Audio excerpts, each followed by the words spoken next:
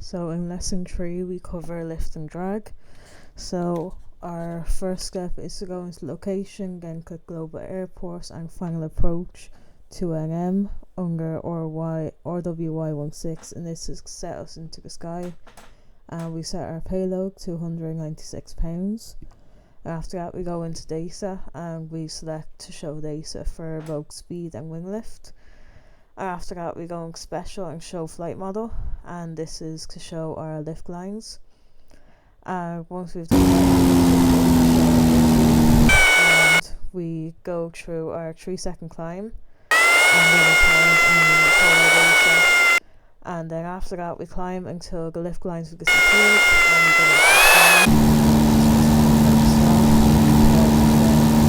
into our data.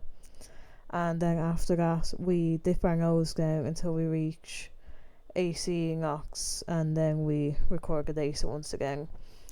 So after this we once again go into final approach 3, skilling shift 8,